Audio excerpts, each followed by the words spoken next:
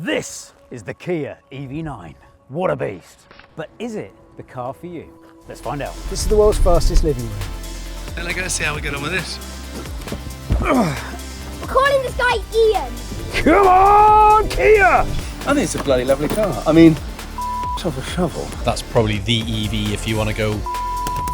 Welcome to my new living room.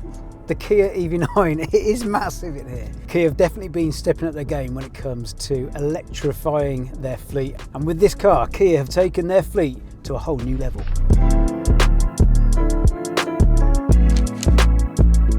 Let's talk stats. The Kia EV9 is powered by a 99.8 kilowatt hour long range battery pack, capable of charging from 10 to 80% in just 24 minutes, with a maximum range of 313 miles.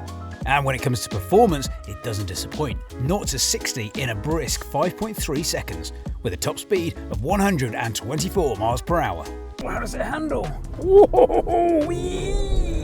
That's nippy. That is not slow.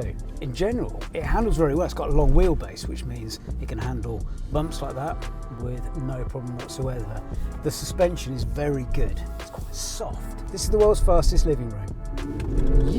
I mean, on the great open road, like doing a big long road trip, this car, it's just a tank. You just feel so safe and ready to go. It's quiet, it's smooth, it handles beautifully, accelerates when you need it to, it cruises when you need it to. Tick, tick, tick. So here is the braking down challenge. We're going to get up to 40 miles per hour and then slam the brakes on and see how quickly this big boy can come to a full stop. Here we go. Whoa, that is very impressive. Okay, big car, big brakes, no problem. Favourite app? That's a very good question, cameraman Lou. It's Zapmap, because Zapmap tells you where all the charging points are in the UK, which means driving an electric vehicle isn't difficult because you know where to charge when you need to charge if you can't charge at home. Here's a quick tip if you're getting an electric car. Before you go on a long journey, have a quick look to see if you've got enough range to get to that destination. If you haven't, you're going to need to stop and charge. And there are loads of places to stop and charge now in the UK. Charging infrastructure is popping up here, there and everywhere. And apps like Zapmap give you the knowledge of how fast the charger is, if it's available, if it's a good charger, what other amenities they have there. So just taking 30 seconds to a minute before you get in the car or before you set off makes all the difference. Uncle Sam's going to do a test to see how strong the boot is on this Kia EV9 jack. Well, it's important, Rick, if you've got kids, it's important to know that their little hands are going to be okay if you close the boot. So we're going to use a Waitrose dark chocolate, Belgian milk chocolate bar to see what happens if a child left their hand in there. Hold it still, Jack. Do not let go. Do not put your hand anywhere near it. Don't let go. Don't let go. See how we get on with this. Right. Good. It didn't break. There we go. Please do not try this at home, folks. We are semi-trained unprofessionals, and the chocolate bar signed a waiver. There. Oh, there it is. There we go. What do you think, Sam? I think it's a bloody lovely car. I mean, shovel, to say the least. I'm not sure you can say that on social media, but it's bloody fast. What I love about it is that you can accept the fact you've got 27 children, cram them all in, but also if you come alongside a hot hatch at the traffic lights, you're going to eat them for breakfast. Good morning. If you've got a lot of kids, this is the car for you. Hello and welcome to the interior of the EV9. Our first impressions, it's a nice place to be. It's big, it feels like you're in your living room, a little bit plasticky in parts, but overall, a fairly premium finish on this car, better than other cars in its segment.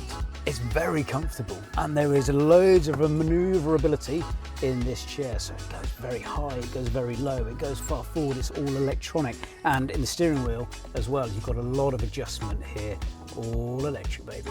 Could you do a massive long road trip in this car? 100%. I think this would be a brilliant touring car. Oh, don't get me started on this headrest. This is head and shoulders above a lot of the competition. Talking about head and shoulders, it's also got a head-up display, which is very useful for showing useful information in front of you, projected by this clever little projector, which you can't see, but I can. Here's a handy tip if you forget to shut your windows and you've walked away from the car. You just take your key ring, and this is on most modern cars. Press that twice, folds those guys in, ba-ba-da-ba, Shuts all the windows. Bosh! And remember, if this car doesn't float your boat, there are plenty of other lease deals available on select newly revamped websites. Oh, and you can turn the car around, change the colour, and read full reviews. Head over to our YouTube for more electrifying content. Remember to unsubscribe if you don't want to discover the car of your dreams. By the way, it's freezing today, but not a problem because this car has got heated and ventilated seats, also a heated steering wheel, and it is nice and warm. 2 versions, hot or very hot.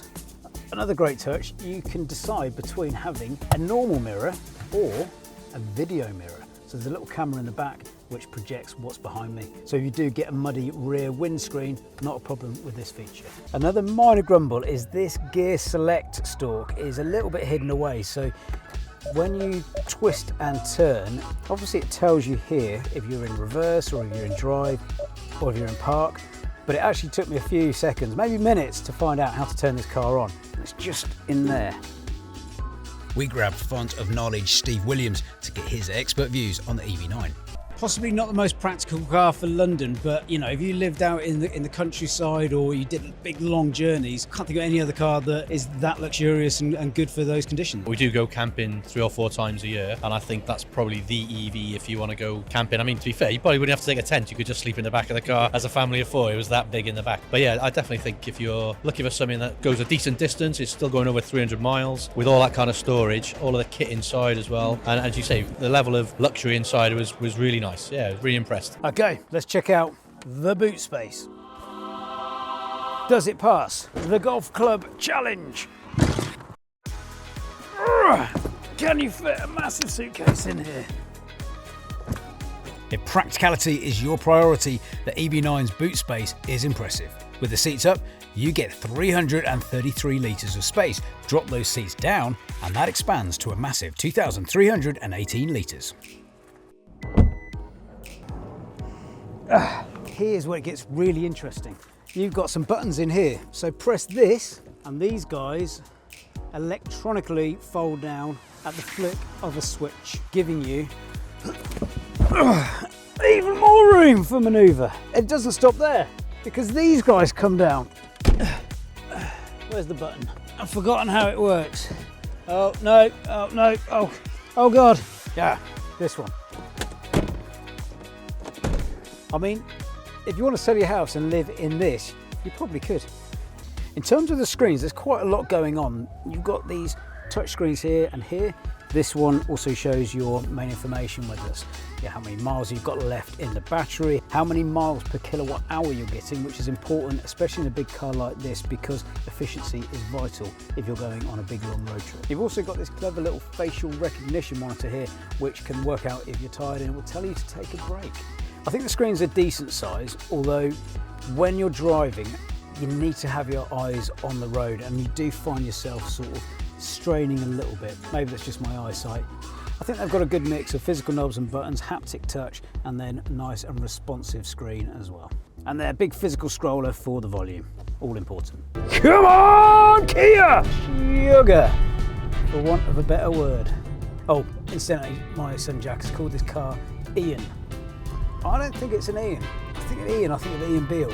What would you call this car? Let us know in the comments. I do find myself having to wave a lot more at people in this car because people have to let you through. They've got no choice, it's massive. My bum's really hot actually. You've got 3 levels of bum heating. 1, 2, 3. And you've also got heated steering wheel. So electric cars don't have a big engine taking up lots of space, meaning you've got room for a frunk or a front boot or a fruit, whatever you want to call it, storage space here, which not massive for this one. I was a bit surprised it wasn't as big as other cars in this range. I'm going to tell you about a great feature shortly, but first let's talk about the all-important storage. Love this roller. Also gives you room for your Select Car Leasing coffee mug, which fits perfectly in there-ish, but you can retract these as well. So if you want extra room, you just move those bits down there, shut that there, hit this button. How does it work with the big water bottle? Pretty good. Hang on, big test. Does the big water bottle fit in the door bin? At a push, yes.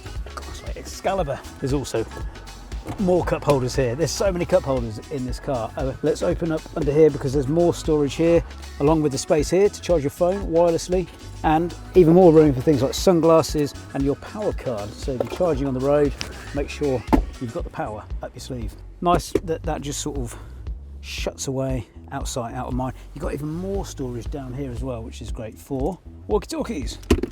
And another big water bottle. God, you probably get your laptop down there. Feels pretty solid like that. Mine are Grumble, and I know there's space available underneath here, and I wish I could access it, but it's only accessible from the middle seat. Hang on. Glove box, massive, or glove drawer with a little shelf in it. Who does the car best suit? Anyone that is budget conscious but wants an absolutely massive SUV and it has 5 kids.